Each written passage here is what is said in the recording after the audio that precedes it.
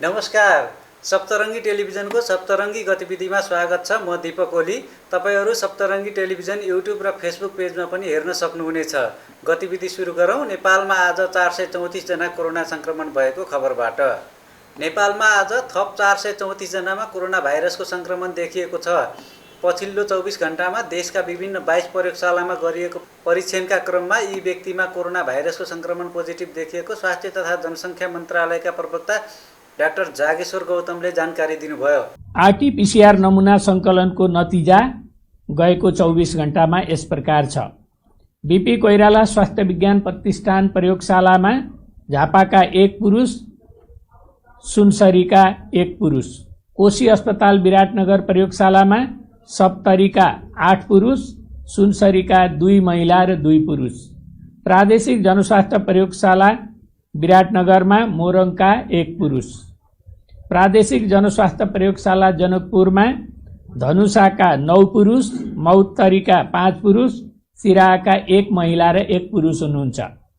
यसैगरी राष्ट्रिय जनस्वास्थ्य प्रयोगशाला टेकुमा अछामका 4 महिला र 9 पुरुष, बैतडीका 1 पुरुष, बजाङका 3 महिला र 13 पुरुष, बाजुराका 2 महिला 2 पुरुष, डडेलधुराका 1 महिला र 11 पुरुष, कैलालीका 2 पुरुष, कञ्चनपुरका 11 महिला र 48 पुरुष, रौतहटका 38 पुरुष र सर्लाहीका 5 पुरुष हुनुहुन्छ। भरतपुर अस्पताल प्रयोगशालामा पाल्पाका 7 महिला र 86 पुरुष र किडजन्य अनुसन्धान तालिम केन्द्र हेटौडामा 12 का 1 पुरुष हुनुहुन्छ। यसैगरी पाटन अस्पताल ललितपुर प्रयोगशालामा डोल्पाका 1 पुरुष, काठमाडौँका 2 महिला 2 पुरुष, ललितपुरका 1 पुरुष र सुनसरीका 1 पुरुष हुनुहुन्छ। त्रिभुवन विश्वविद्यालय शिक्षण अस्पताल महाराजगञ्ज प्रयोगशालामा भक्तपुरका 1 महिला र 3 पुरुष। पोखरा स्वास्थ्य विज्ञान प्रतिष्ठान पोखरामा नवलपरासीका 1 महिला र 4 पुरुष, तनहुका 2 महिला र 7 पुरुष हुनुहुन्छ।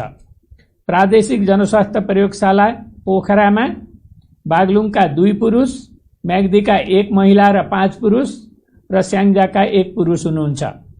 यस्तै प्रादेशिक जनस्वास्थ्य प्रयोगशाला रूपन्देहीमा नवलपरासीका 3 पुरुष, प्युठानका 2 महिला र 5 पुरुष, पाल्पाका 28 पुरुष र रूपन्देहीका 4 महिला र 3 पुरुष हुनुहुन्छ। यस्तै भेरी अस्पताल प्रयोगशालामा रुकुम पूर्वका 1 पुरुष, बर्दियाका 1 महिला र 5 पुरुष हुनुहुन्छ। त्यस्तै सुर्खेत प्रादेशिक अस्पताल प्रयोगशालामा बैतडीका 1 पुरुष, बजाङका 2 पुरुष, बाँकेका 1 पुरुष, दैलेखका 1 महिला र 17 पुरुष, दार्चुलाका 1 पुरुष, धादिङ, इलाम, जुम्ला, कैलालीका 1 पुरुष, कालीकोटका 1 महिला र 2 पुरुष, कास्कीका 1 पुरुष, लमजुङका 1 पुरुष र सल्यानका 1 पुरुष। सुर्खेतका 13 पुरुष हुनुहुन्छ। कर्णाली स्वास्थ्य विज्ञान प्रतिष्ठान जुम्ला प्रयोगशालामा बैतडीका 1 पुरुष, बाजुराका 4 पुरुष, बाँकेका 3 पुरुष, दैलेखका 1 महिला, दाङका 1 पुरुष, धादिङका 1 पुरुष, गोर्खाका 2 पुरुष, गुल्मीका 1 पुरुष, इलामका 1 पुरुष, जुम्लाका 1 पुरुष, कञ्चनपुरका 1 पुरुष, खोटाङका 1 पुरुष, लमजुङका 1 पुरुष, ओखलढुङ्गाका 2 पुरुष, पाल्पाका 1 पुरुष, रामेछापका 2 पुरुष र ताप्लेजुङका 3 पुरुष हुनुहुन्छ।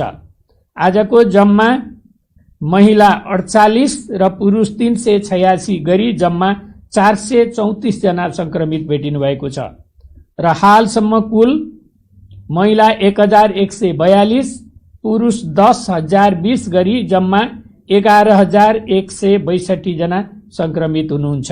यी मध्ये 48 जना महिला हुन् भने बाँकी 384 जना पुरुष हुन्। आज थपिएका सहित नेपालमा संक्रमितको संख्या 11,162 जना पुगेको छ। हालसम्म 2,650 जना संक्रमण मुक्त भएको पनि मन्त्रालयका प्रवक्ता डाक्टर गौतमले जानकारी दिनुभयो। प्रवक्ता डाक्टर गौतमका अनुसार बुधबारसम्म देशका 76 जिल्लामा संक्रमण देखिएको छ। रसुवा बाहेक देशका सबै जिल्लामा कोरोना संक्रमण भएको हो। र बागमती प्रदेशको रसुवा जिल्ला बाहेक 76 जिल्लामै कोभिड-19 सङ्क्रमित भेटिनु भएको छ। दाङमा अल्लोको मास्क उत्पादन सुरु भएको छ। अल्लो उद्यमीका लागि घरेलु तथा साना उद्योगले पनि यसमा सहयोग गर्ने गरेको छ। कोसेली घरमा अल्लोबाट विभिन्न सामग्रीहरू उत्पादन हुँदै आएको भए तापनि पछिल्लो समयमा बजारमा मास्कको अभाव रहेकाले पहिलो पटक अल्लोको मास्क उत्पादन गरी बजारीकरण गरिएको छ। दाङको घोराइमा रहेको दाङ कोसेली घरले अल्लोको मास्क उत्पादन गर्न थालेको छ। नेपालमा पनि कोरोना भाइरसको त्रासका कारण दाङका बजारमा मेडिकल मास्कको अभाव भएपछि पछिल्लो समयमा दाङको घोराइमा अल्लोको मास्क बनाउन थालिएको छ। कोसेली घरमा अल्लोबाट विभिन्न सामग्री उत्पादन हुँदै आएको भए तापनि पछिल्लो समयमा बजारमा मास्कको अभाव रहेको पहिलो पटक अल्लोको मास्क बनाउन थालेको सञ्चालक प्रेम कुमारी पुनले बताउनुभयो। अल्लो नेपालमै पाइने कच्चा पदार्थ भएकाले हामीले एउटा मास्कको मूल्य 80 रुपियाँ तोकेर बेच्दै आएको उहाँले बताउनुभयो। बाहिरको उत्पादित वस्तुभन्दा स्थानीयमा उत्पादन भएका वस्तुहरू प्रयोग राज्यले नीति नियम भए स्थानीय स्तरमा उत्पादित वस्तुले बजार पाउने उहाँको भनाइ थियो।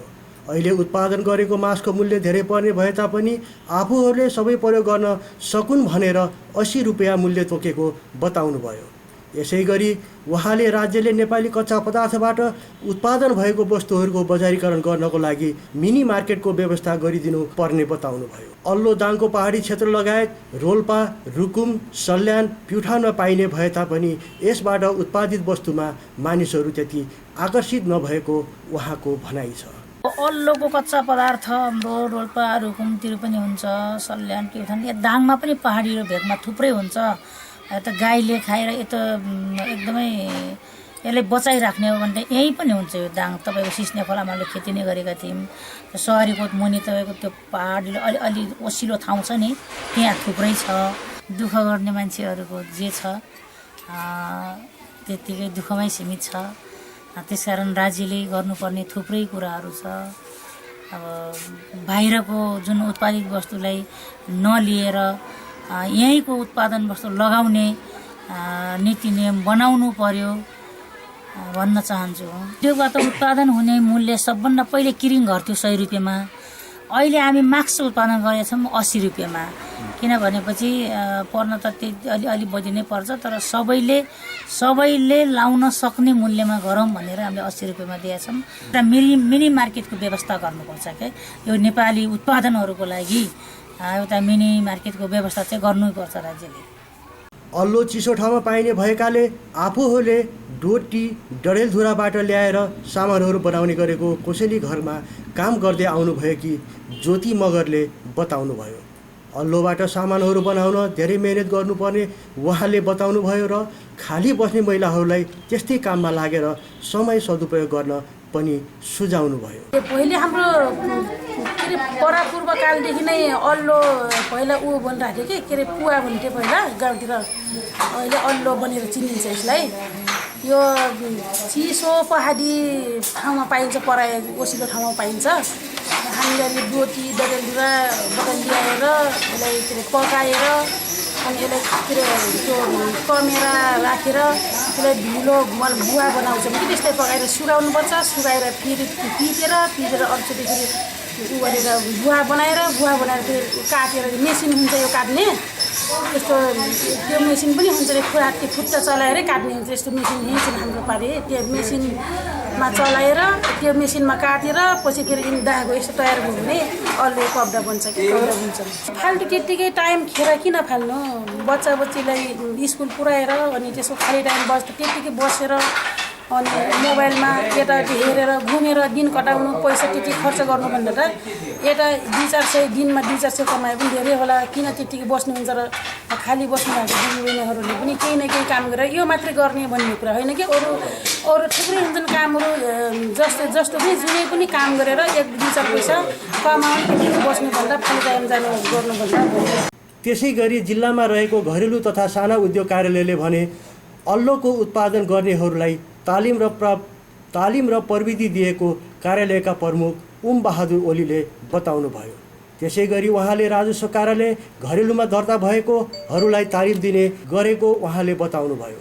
त्यसै गरी राज्यले महिला उद्यमीहरूलाई 6% 5 लाखसम्म कर्जा दिने भएकाले अल्लो उद्यमी महिलाहरूलाई सो कर्जा समेत प्रदान गर्ने समेत र विभिन्न मेला महोत्सवहरूमा स्टलको व्यवस्था गरेर बजारीकरण गर्न सघाएको पनि प्रमुख ओलीले बताउनुभयो। यहाँ अल्लो भन्नाले अल्लोको बिरुवा हुन्छ, त्यो बिरुवा चाहिँ उत्पादन गर्ने अझै सुरु गरेका छैनन्। यहाँ रोल्पा रुकुमबाट बसाइसराई र यहाँका स्थानीय बासिन्दाहरूले अल्लोको धागोहरू काट्ने, धागोबाट अनि कपडाहरू बनाउने र कपडा बिनिसकेपछि त्यो कपडालाई फेरि कोटहरू अनि त्यसपछि स्टिकोट, गलबन्दी अनि त्यसपछि यो स्वेटरहरू यसरी बनाएर तिनीहरूले गराएको स्थिति छ। र यो घरेलु तथा साना उद्योग कार्यालयले अल्लो उत्पादकहरूको सन्दर्भमा पहिला त उनीहरूलाई तालिम दिने व्यवस्था गरेको थियो र पहिला प्रारम्भिक तालिम दियो। तालिम दिँदाखेरि उनीहरूले धागो काट्नेसम्मको उनीहरूले सिके र धागो काटिसकेपछि फेरि चर्खामा त्यो कपडाहरू कसरी बिन्ने भनेर त्यो कपडाहरू बिन्ने पनि सिकाइयो, हामीले तालिम गरायौँ। र पहिला धागो बुन्ने, धागोपछि कपडा बनाउने, कपडा बनाइसकेपछि त्यो कपडालाई फेरि सिलाइ गर्ने भनेर त्यो सम्पूर्ण हामीले सिकाएका छौँ। र सिकाइसकेपछि उनीहरूलाई हामीले प्रविधि पनि दिएका छौँ, चर्खाहरू दिएका छौँ, त्यो धागो काट्ने मसिनहरू पनि दिएका छौँ। अनि त्यसपछि उनीहरूलाई त्यो सिलाइ गर्नको लागि सिलाइ मसिनहरू, अलिक ठुलो मसिन चाहिन्छ, त्यो मसिन पनि हामीले उपलब्ध गराएका छौँ। र त्यो गर्दाखेरि हामी कहाँ तालिम लिएको, हामी कहाँ दर्ता गरेको, आन्तरिक राजस्व कार्यालयमा समय समयमा कर तिरेको त्यस्ता उद्यमीहरूलाई हामीले यही सुविधाहरू दिएका छौँ। र त्यसको अलावा नेपाल सरकारले महिला उद्यमीहरू हुनुहुन्छ भने महिलाको उसमा दर्ता भएका, महिलाको नाममा मात्रै दर्ता भएका उद्योगहरूको सन्दर्भमा नेपाल सरकारले महिला कर्जा भनेर एउटा लागू गरेको छ। र त्यसमा दाङ जिल्ला पनि, त्यसमा 77 जिल्लामा अहिले त्यो लागू भएको छ। र उनीहरूले बढीमा 5 लाखसम्मको 6% ऋणमा दिने व्यवस्था नेपाल सरकारले गरेको छ। र त्यसमा पनि त्यो अल्लो उत्पादकहरूले लिनुभएको छ बढी, र 5 लाख पाएको स्थिति छैन, 4 लाखसम्मको ती महिलाहरूले पाउनु भएको छ। र त्यसलाई 3 वर्षसम्ममा चुक्ता गर्नुपर्ने हुन्छ। नेपाल सरकारले नीति नै बनाएको छ। र यो उद्योग मन्त्रालयमा सचिवज्यूको अध्यक्षतामा त्यो महिला कर्जा भनेर त्यो समिति छ। त्यो समितिले जिल्लाबाट निवेदनहरू सङ्कलन हुन्छ। निवेदनको ऊ चाहिँ विज्ञापन चाहिँ मन्त्रालयले नै गर्छ, त्यो यहाँ सङ्कलन हुन्छ। सङ्कलन भएपछि यहाँबाट सिफारिस गरेर पठाइएका उद्यमीहरूलाई फेरि त्यो उद्यमी कस्तो हो भने त्यो कागजको आधारमा फेरि उसले आकलन गरेर सचिवज्यूको अध्यक्षतामा बसेको समितिले निर्णय गरेर त्यो महिला कर्जा दिने व्यवस्था गरेको छ। र त्यो व्यवस्था अन्तर्गत अल्लो उद्यमी महिलाहरूले पनि त्यो कर्जा पाउनुभएको छ एउटा। र त्यसको अलावा बजारीकरणको सन्दर्भमा पनि यो अहिले बाहिर पनि जान लागिसकेको छ। अमेरिका, विभिन्न किसिमका देशहरूमा गइरहेको हामीले पाएका छौँ। र उहाँहरूको बजारीकरणको समस्या अहिले हामीले खासै देखेका छैनौँ। र उहाँहरूलाई फेरि अर्को के गरेका छौँ भने यसरी उद्योग वाणिज्य सङ्घ मार्फत पनि हामीले अन्य हाम्रो जिल्लाहरूमा जाने व्यवस्थापन गरिएको छ। र अर्को के गरिएको छ भनेपछि उहाँहरूलाई बजारीकरणको लागि विभिन्न किसिमका मेला महोत्सवहरू हुन्छन्, चाहे जिल्लाभित्रका हुन् अथवा जिल्ला बाहिर। जस्तो भिरकुटी मण्डपमा लाग्छ, यहाँ उद्योग वाणिज्य सङ्घले लगाएको। अनि अस्ति हाम्रो एक्सपो हुँदाखेरि विभिन्न किसिमका त्यहाँ एक्सपोमा त्यही के सामान देखाउने भन्दाखेरि अल्लोको पनि धेरै हामीले त्यहाँ स्टलहरू राखिदिएका छौँ। र त्यो स्टलमा बिक्री पनि भएको थियो। त्यसकारण बजारीकरणको लागि पनि यसले सहजीकरण गरिदिएको छ।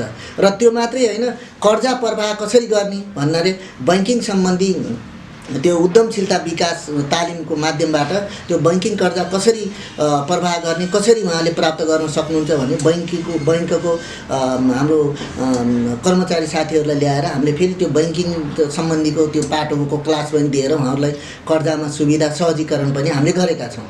र यसरी उहाँहरू त्यो मात्रै होइन, दर्ता गर्ने लगायतका, दर्ता गरेपछि के फाइदा हुन्छ भन्ने लगायतका सबै बुझाएर हामीले दर्ता गराइदिने, उहाँहरूलाई बजारीकरण गर्ने र यही कुराहरू अल्लो व्यवसायीको सन्दर्भमा हामीले गरेका छौँ। सप्तरङ्गी टेलिभिजनका लागि नारायण नेपालको रिपोर्ट।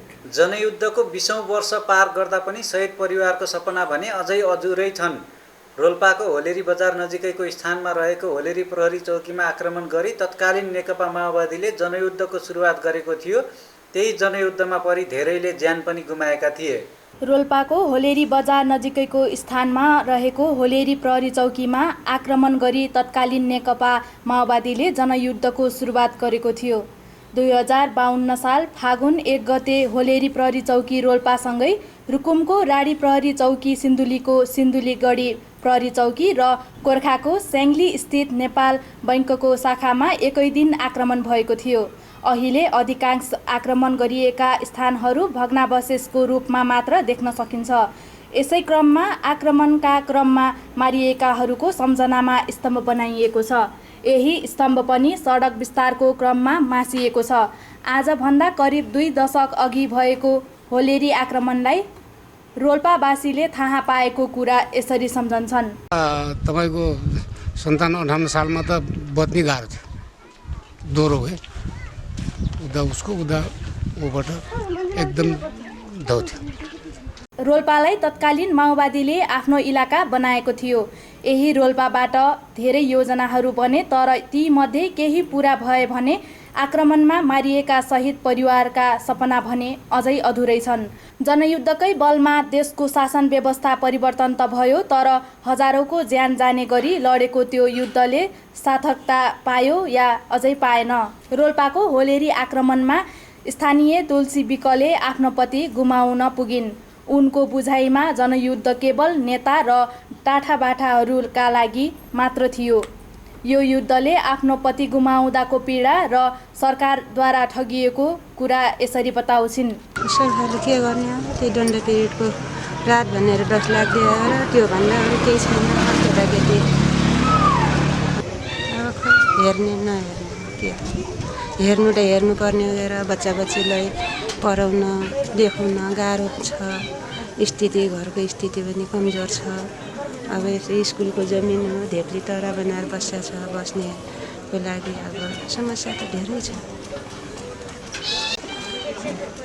सरकारले अब हो नहुनु ठो भयो अब भइसकेपछि अब शहीद परिवारका केटाकेटीलाई केही जागिर पेसा दिएपछि हुँदो अब शहीद परिवारलाई केही रोजगार भएपछि सजिलो अलि केही सजिलो हुँदो होला भन्ने अब आशा वगेर। खै अब ती 10 लाखले मान्छे के बाँचे भएपछि ती 10 लाख मात्रै कमाउने त थिएन होला। अब या कति नकमाउँदो होला, तर त्यहीमा खुसी हुन्थ्यो। अब मान्छेहरूले अब यही सरकारकै कारणले त भगेर यो द्वन्द नमच्चाएको अब जनताहरूलाई जे भन्थे त्यही अब पुरा गरे भएपछि त यो द्वन्द मचिन्न थियो। द्वन्द नमच्चे भएपछि अब दुनियाँका छोराछोरी टुरा हुने थिएनन्, दुनियाँका श्रीमती अधुरो हुने थिएनन्, बेदुवा हुने थिएनौँ हामी, दुनियाँका बाबुआमा छोराछोरीबाट वञ्चित हुने थिएनन्। अब वञ्चित भए त उनका परिवारले उनका छोराछोरीलाई केही पेसा दिनु पर्यो, केही अब जागिर दिनु पर्यो, केही रोजगार दिनु पर्यो। सुविधा केही छैन। त्यही 10 लाख रुपियाँ दिया हो दण्ड पीडितलाई भनेर त्यहाँदेखिबाट खै केटाकेटीले पढाउने लेखाउने भन्छ, सबै खर्च आफै बेहोर्नुपर्छ।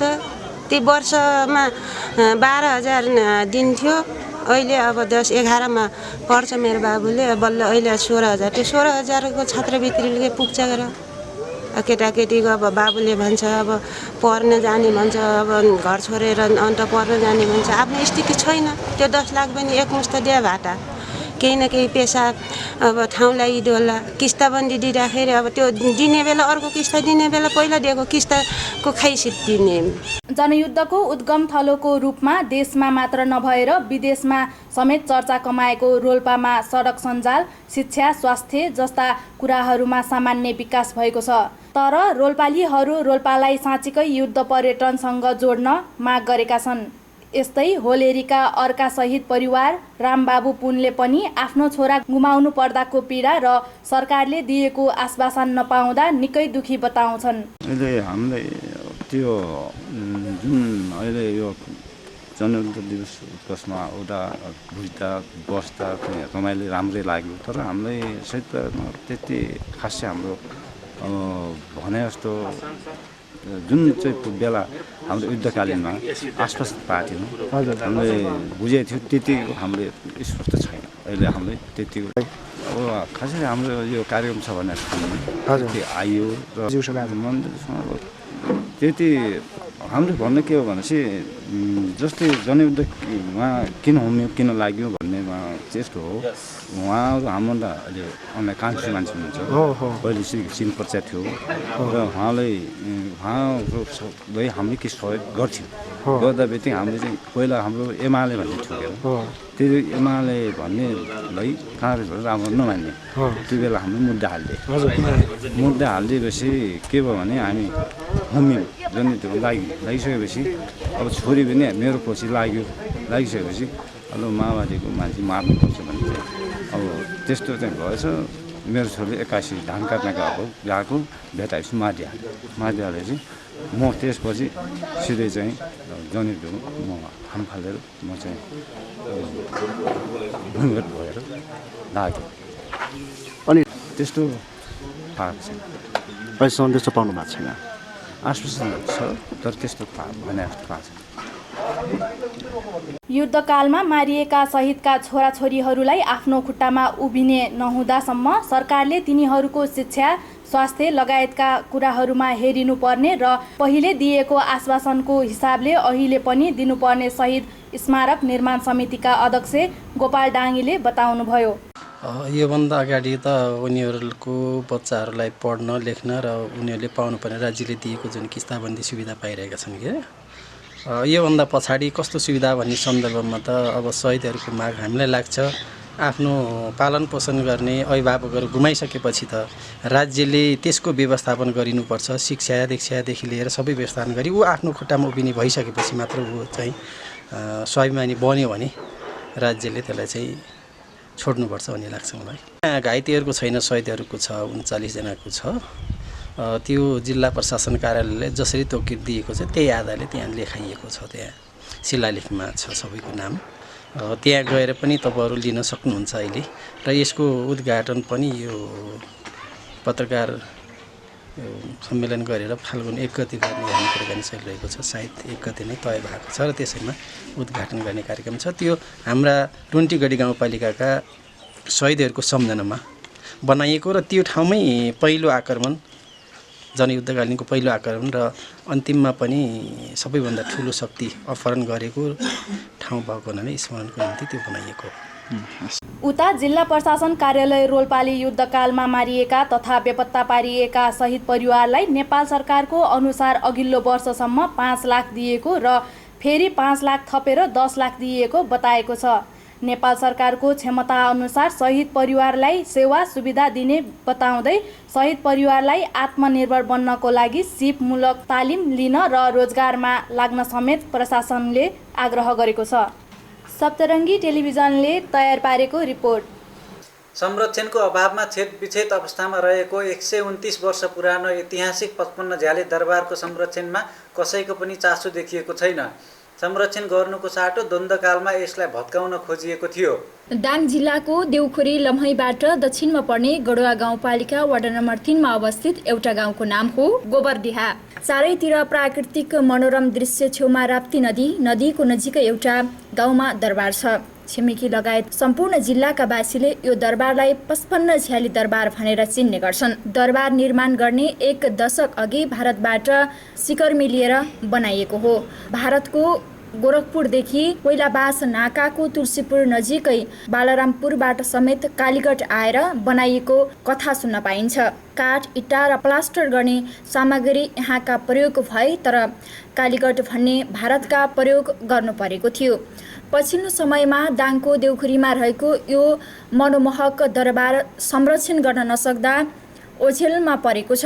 अहिलेको अवस्थामा स्थानीय निकायले यो दरबारलाई संरक्षण गर्न चासो देखाएकोमा यसलाई सङ्ग्रहालय बनाउन सकिने तर वडा तथा गाउँपालिकाले यसको विषयमा केही गर्न नसकेको वार्ड नम्बर 5 का वार्ड अध्यक्ष आशाराम चौधरीले बताउनुभयो। अब त्यो त अब हाम्रो बुवाहरू सानो हामी जन्मदाखेरि बुवाहरूले भन्नुहुन्थ्यो होइन, त्यो चाहिँ लगभग 200 वर्ष जति पुग्यो होला। जो मन्दिरको जुन 1918 कि कतिमा बनेको छ त्यो सँगसँगै त्यो घर बनेको हो र त्यतिखेर यहाँ चाहिँ यस्तो इँट बनाउने त्यसपछि घर बनाउने मिस्त्रीहरू नपाउने अनि इन्डियाबाट कारिगरहरू ल्याउनु पर्थ्यो सबै इँट बनाउनेदेखि लिएर घर बनाउने र त्यतिखेर सिमेन्ट थिएन हजुरको सिमेन्ट थिएन त्यो घर चाहिँ सुर्की भन्छन् यो बेल मसुरोको दाल त्यसको यस्तो यस्तो चिज पिसेर अनि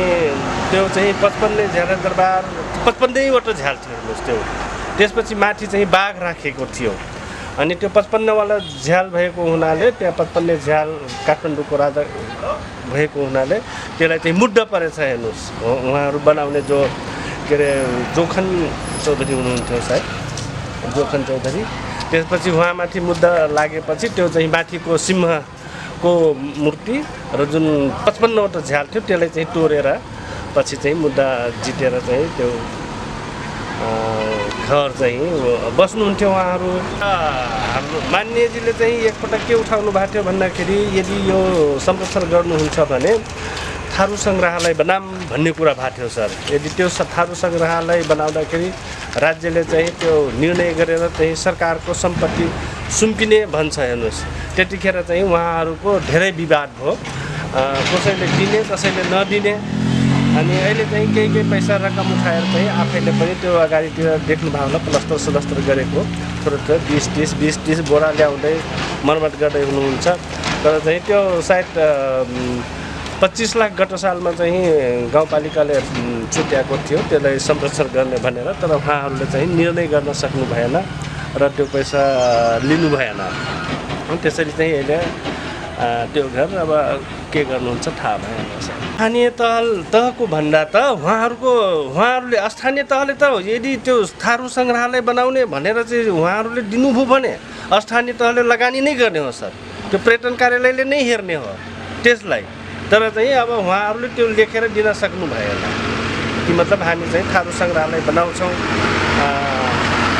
भनेर लेख्न दिन सक्नु भएन अब त्यस कारणले गर्दा अब स्थानीय तहले के गर्न सक्छ उहाँहरूको आफ्नो स्वामित्व भएको हुनाले त्यो स्वामित्वमा चाहिँ आफ्नै लगानी गर्नुहुन्छ सर उहाँहरू त्यसपछि त्यो 55 झ्याल दरबार त्यो हंसेश्वर मन्दिर त्यो सबै जोडेर एउटा के अरे स्थानीय तहले तपाईँको वडा नम्बर 3 पर्यटकीय स्थल भनेर चाहिँ घोषणा गरेको छ होइन त्यही किनभने पहिल्यैदेखि नै त्यो घर आफैमा मतलब त्यो उ छ सर दरबार निर्माणको सुरुवात विक्रम सम्वत 1918 मा भएको थियो भनिन्छ सो भवन तयार हुन 9 वर्ष लाग्यो राज परिषद स्थायी समितिका सभापति परशुनारायण चौधरीका बुबा जोखन प्रसाद चौधरीले यो भवन बनाएका हुन् दरबार वातावरण मैत्री छ दरबारको 20 भाग खुल्ला छाडिएको छ अरूको कोठा काष्ठ कलाकौशलले सिंगारिएका छन् भवनको संरक्षण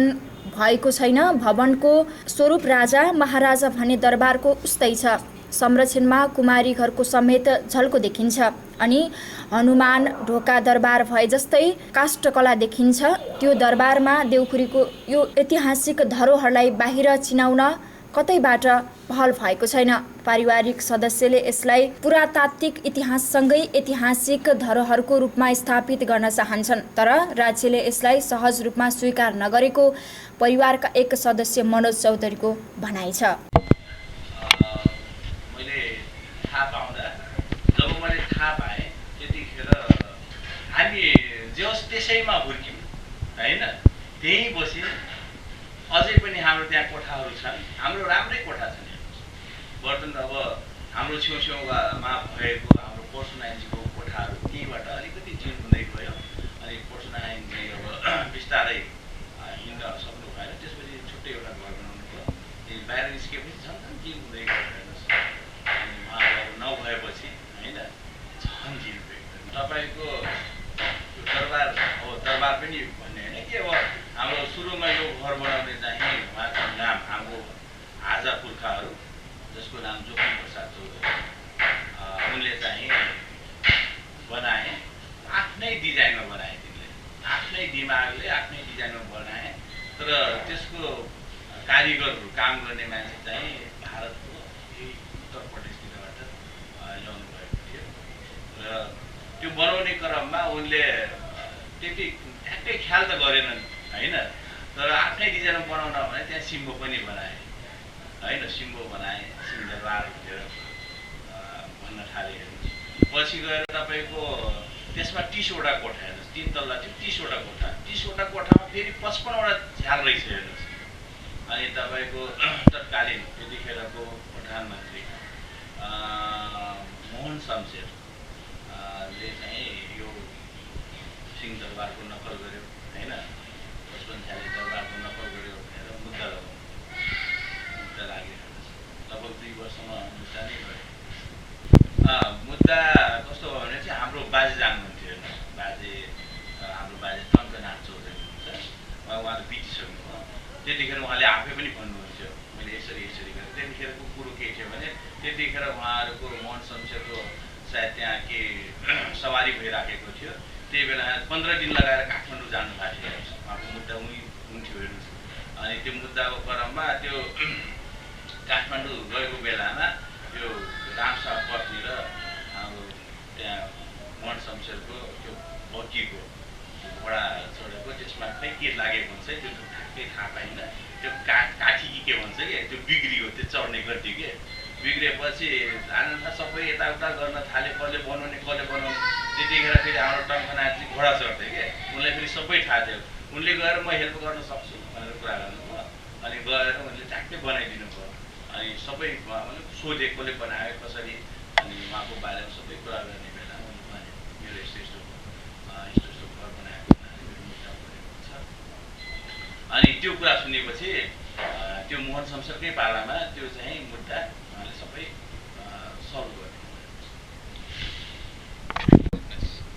अब खास गरी कस्तो हुन्छ भनेपछि अब यो एउटा त साझा घर भएको हुनाले हामीले टाढो पऱ्यो, 3वटा बाजेका छोराको भाग लाग्ने भयो हेर्नुहोस्। अनि अब यसलाई संरक्षण गर्नको लागि खास गरेर अब 100 वर्षभन्दा माथिका जुन संरचनाहरू छन्, ऐतिहासिक धरोहर छन्, त्यो उता पनि नेपाल सरकारले पर्ने होइन। अहिले हामी लागि परेको छौँ, हाम्रो कुरो मिल्दैन होइन। त्यही भएर अहिले नेपाल सरकारले माथिबाटै होइन, पुरातत्व विभागबाट माथिबाट नै केही गर्दा राम्रो हुन्थ्यो कि भन्ने हाम्रो आशा छ। अहिलेसम्म स्थानीय सरकारबाट बजेट विनियोजन भएको त्यसको लागि अहिले तपाईँको हाम्रो खास गरेर पुर्खाहरूको पालामा उतिखेर खै कसरी धेरै वर्ष पहिलेका कुरा हो, त्यो मुद्दा सम्बन्धी केही कुराहरू आएको रहेछन् हेर्नुहोस्। त्यसले गर्दाखेरि हाम्रो लगभग 3-4 गाउँमा मुद्दा परेको छ, लगभग 178 जनाले मुद्दा परेको छ होइन। अनि त्यसमा चाहिँ हाम्रो जति पनि सम्पत्ति छ त्यो अहिले चाहिँ रोक्का छ हेर्नुहोस्। त्यही भएर हेर्नुहोस् अब स्थानीय सरकारले पनि त्यसमा केही गर्न सकेको छैन। हामीले आफ्नै लगानीमा पनि त्यो अलिकति के भन्छ मर्मत गर्दैछौँ, त्यसमा पनि होइन तपाईँको अलिकति अवरोध आइराखेको छ हेर्नुहोस्। यो बजेट कहाँबाट आयो, कसरी आयो? नेपाल सरकार पुरातत्व विभागले 100 वर्ष पुराना ऐतिहासिक धरोहरलाई राज्यका तर्फबाट संरक्षण प्रदान गर्दै आएको छ। पुरातत्व विभागले एक पटक निरीक्षण गर्नु बाहेक यहाँ केही गरेको छैन। 2 वर्ष अघि पुरातत्व विभागका कर्मचारी आएर यो भवनलाई पुरातात्विक संरचनामै राखेर मर्मत तथा सम्भार गर्ने आश्वासन दिएर गएको भए पनि अहिलेसम्म कुनै पनि आश्वासन व्यवहारमा लागू भएको छैन। त्यो बेला 55 झ्याल र भवनको चौखण्डमा सिंहको आकृति बनाएको भन्दै तत्कालीन राणाहरूले भवन बनाउने जोखन प्रसाद माथि सार्वजनिक मुद्दा समेत चलाएको हुँदा प्रदेशले दिएको बजेट पनि यो भवन संरक्षणमा लगानी गर्न नदिएको दरबार निर्माणकर्ता जोखन प्रसाद चौधरीका नाति कैलाश चन्द चौधरीले बताउनुभयो। प्रदेशमा त केही रकम आएको छ त्यो बनाउनलाई, तर फेरि यतातिर फेरि हाम्रो चाहिँ एउटा यो मुद्दा परेको छ एउटा, त्यसलाई चाहिँ उनीहरूले चाहिँ रोक्का गराएको छन्, त्यो बनाउन दिएनन्। त्यो चाहिँ थारू सङ्ग्रहालयको लागि आएछ।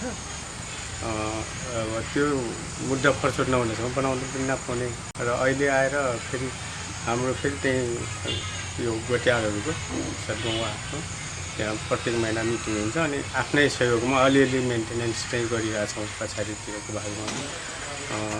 र अब अलिकता जुन हाम्रो यो मुद्दा नभइदिएको भए त सायद अझ अगाडि जान्थ्यो होला, एउटा समस्या त्यो छ। र अब स्थानीय सरकारले पनि अब त्यसलाई चाहिँ कसरी हुन्छ अगाडि बढाइदिएर त्यसलाई चाहिँ सहज रूपमा काम गर्ने गराइदिएको भए अब यत्रो अब यो देउखुरी बेल्टको एउटा चाहिँ राम्रो यो पुरानो भवनलाई चाहिँ अब हामीले चाहिँ व्यवस्था गर्न सक्छौँ या त्यसलाई चाहिँ सुधारेर अझ चाहिँ राम्रो कुनै पर्यटक स्थल बनाएर त्यसलाई चाहिँ देखाउन सकिन्थ्यो कि भनेर त्यो घरलाई चाहिँ सुरक्षित गर्न सक्थ्यौँ कि भन्ने लाग्छ।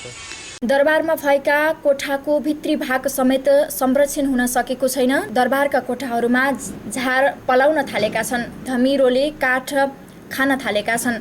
दाङको देउखुरीमा 55 झ्याल सिंह दरबार जोखनका छोरा परशु नारायण चौधरीले पनि आफ्नो बस्तीमा राम्रो संरचना बनाएनन्। यो राज्य संरचनालाई चुनौती थियो।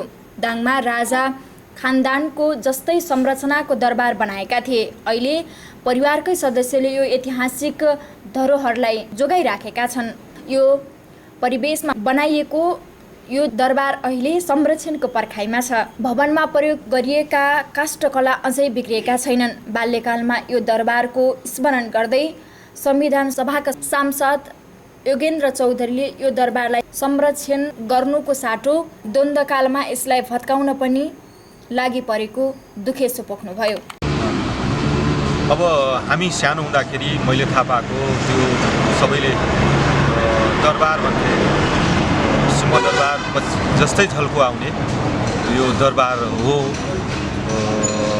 र त्यति बेला हामी हेर्न जाँदाखेरि हामीलाई अद्भुत लाग्थ्यो कि यो विकट ठाउँमा पनि यस्तो किसिमको भवन कसरी निर्माण भयो होला, कसले बनायो होला भन्ने चासो राख्थ्यौँ। र हामीले थाहा पाउँथ्यौँ यो चाहिँ बाहिरबाट बनाउने मिस्त्रीहरू ल्याएर बनाएको र यो बनाउँदै गर्दा त्यति बेलाका राणा शासनको बेलामा बनेको रहेछ र राणा शासकहरूले धेरै दुःख पनि दिएका रहेछन्। सिंहदरबार जस्तो मिल्दोजुल्दो भवन बनाउने यो दुस्साहसिक होला भनेर चाहिँ काठमाडौँसम्म तारिख बोकाएको थिए भन्ने हामीले थाहा पायौँ। र त्यति बेला त्यो परिवारकै गोबरदेहा परिवारकै उहाँहरू नै चर्चेर बसेको स्थिति थियो र त्यति बेला बस्न लायक थियो। तर परिवार छुटिसकेपछि त्यो अहिले खास गरिकन माओवादी द्वन्द्व कालमा त्यहाँ बस्ने स्थिति रहेन। द्वन्द्वकालमा त्यसलाई भत्काउने प्रयास पनि भयो। त्यसपछि चासो नदिइकन त्यत्तिकै रहेको स्थितिमा लामो समयसम्म रह्यो र द्वन्द्वकालपछि यो चाहिँ ऐतिहासिक भवन हो। यसमा चाहिँ परशु नारायण जसले चाहिँ लोकतन्त्रको लागि योगदान दिनुभएको हो, प्रजातन्त्रको लागि लडेको व्यक्तिको बाजेले बनाएको हो। त्यसैले ऐतिहासिक परिवारसँग जोडिएको र उनीहरूले यसलाई चाहिँ अब इतिहासको रूपमा संरक्षण गर्नुपर्छ भन्ने लागेर सबै तर्फबाट चौतर्फी चासोको विषय बनेको छ। र खास गरिकन त्यस भेगका साथीहरूको चाहना र सबै साथीहरूको एउटा थप प्रयासले चाहिँ अहिले त्यसलाई संरक्षण गर्नुपर्छ भन्ने प्रयास भइराखेको छ। प्रदेश सरकारबाट पनि यसपटक 50 लाख जति विनियोजन भएको छ भन्ने मैले पनि थाहा पाएको छु। र यसलाई चाहिँ अब हामीले कुनै जाति कुनै परिवारसँग नजानिकन यो त्यस क्षेत्रको एउटा ऐतिहासिक थाथलोको रूपमा विकास गर्न सक्यो भने, त्यसलाई संरक्षण गर्न सक्यो भने हामी त्यसलाई थप सबैको सहयोग प्राप्त गर्न सक्छौँ। र मलाई लाग्छ त्यो परिवारले यसलाई साझा सम्पत्तिको रूपमा लानुपर्छ र यो ऐतिहासिकतालाई चाहिँ सबैले बचाइदिनका निम्ति साझा पहल गर्नुपर्छ भन्ने कुरामा मैले सबैको मुखबाट सुनेको छु र यो सकारात्मक प्रयास भइरहेको छ। र यसबाट म पनि व्यक्तिगत रूपमा भन्ने ठाउँहरूमा मेरो तर्फबाट पनि अस्ति प्रदेशमा जाँदाखेरि केही मन्त्रीज्यूहरूसँग भेट भएको बेलामा पनि यो कुरा उठाएको छु। हाम्रो ऐतिहासिक एउटा भवन छ, राणाकालमै बनेको हो। त्यति बेला बनाउनै नपाउने सिंहदरबार जस्तै देखिने भवन अरूले बनाउन नपाउने परिस्थितिमा पनि बनेको। त्यसैले यसलाई चाहिँ राज्यले संरक्षण गर्ने चाहिँ राज्यले नै दायित्व लिनुपर्छ भन्ने कुरा उठाएको छ र सकारात्मक जवाफ पाएको हुनेछु। सप्तरङ्गी टेलिभिजनले तयार पारिएको रिपोर्ट। दाङ घोराई उपमहानगरपालिका वडा नम्बर 18 का गणेश तामाङको 4 महिना अगाडि साउदीमा मृत्यु भएको छ। गणेश तामाङको 11 महिना 15 गते झुन्डिएको अवस्थामा शव फेला परेको थियो। अलहोटी स्टेन्जर लिमिटेड कम्पनीमा कार्यरत तामाङ विगत 9 वर्षदेखि साउदीमै रहँदै आएका थिए। यता परिवारले गणेश तामाङको विषयमा केही कुरा पनि बाहिर नल्याएका कारण आत्महत्या नभई हत्या नै भएको हुन सक्ने भन्दै छानबिन गर्न र पीडितलाई न्याय दिलाउन समेत माग गरेका छन् र मृतकको शव अहिलेसम्म नेपाल नपठाएको हुनाले छिट्टै शव नेपाल पठाउन पनि नेपाली दूतावास मार्फत आग्रह गरेका छन्। हस्त आजको सप्तरङ्गी गतिविधिबाट म दीपक ओली पनि बिदा हुन चाहन्छु। हेर्दै गर्नुहोला सप्तरङ्गी एचडी टेलिभिजन। नमस्कार।